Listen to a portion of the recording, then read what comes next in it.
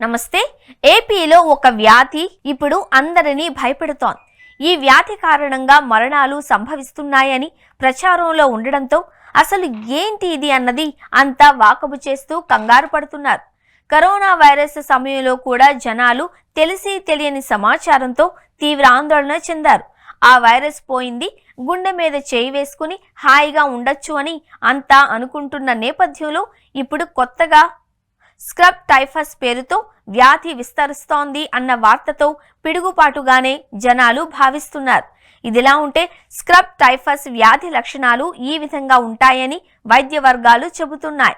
ఈ వ్యాధికి కారణమైన పురుగు కుట్టినప్పుడు జ్వరం, తలపోటు, కండరాల నొప్పులు, ఆకలి లేకపోవడం, కడుపుల వాపు, వినికిడి తగ్గుదల, దగ్గు, శ్వాస ఆడకపోవడం వంటివి లక్షణాలుగా ఉంటాయని వైద్యులు చెబుతున్నారు. వీటిని చికిత్సతో పాటు మందులు వాడడం ద్వారా నివారించవచ్చును అని చెప్పారు. విశాఖ జిల్లాలో చూస్తే ఇప్పటిదాకా స్క్రబ్ టైఫస్ వ్యాధికి సంబంధించి 2023లో 12 పాజిటివ్ కేసులు, 2024లో 11 పాజిటివ్ కేసులు, 2025లో 11 పాజిటివ్ కేసులు కనుగొన్నట్లుగా తెలిపారు. ఈ కేసులలో ఒక్క మరణం కూడా సంభవించలేదు అని పేర్కొన్నారు.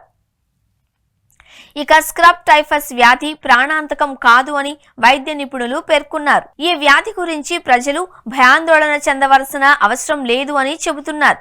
అయితే ఈ వ్యాధి విషయంలో అప్రమత్తత చాలా అవసరమంటున్నారు. నిర్లక్ష్యం చేస్తే మాత్రం ప్రమాదకర స్థాయికి వెళ్లేలా పరిస్థితి ఉంటుంది అంటున్నారు.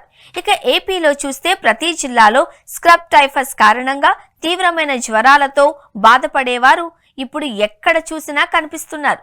ఒకటేమిటి అన్నట్లుగా ఏపీలోని అన్ని జిల్లాలలో సుమారుగా కేసులు ఉన్నాయి.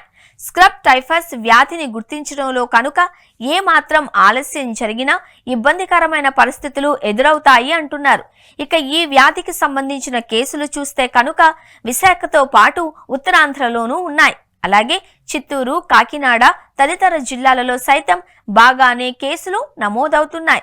ఇక ఈ వ్యాధి మీద అవగాహన పెంచుకోవాలి అని వైద్య నిపుణులు అంటున్నారు. అంతేకాదు ఏ మాత్రం లక్షణాలు కనిపించినా వైద్యులను సంప్రదిస్తే మందులతోనే తగ్గుతుంది అంటున్నారు. అందువల్ల ఈ వ్యాధి గురించి ఆందోళన కంటే అప్రమత్తత, అవగాహన ముఖ్యమని సూచిస్తున్నారు.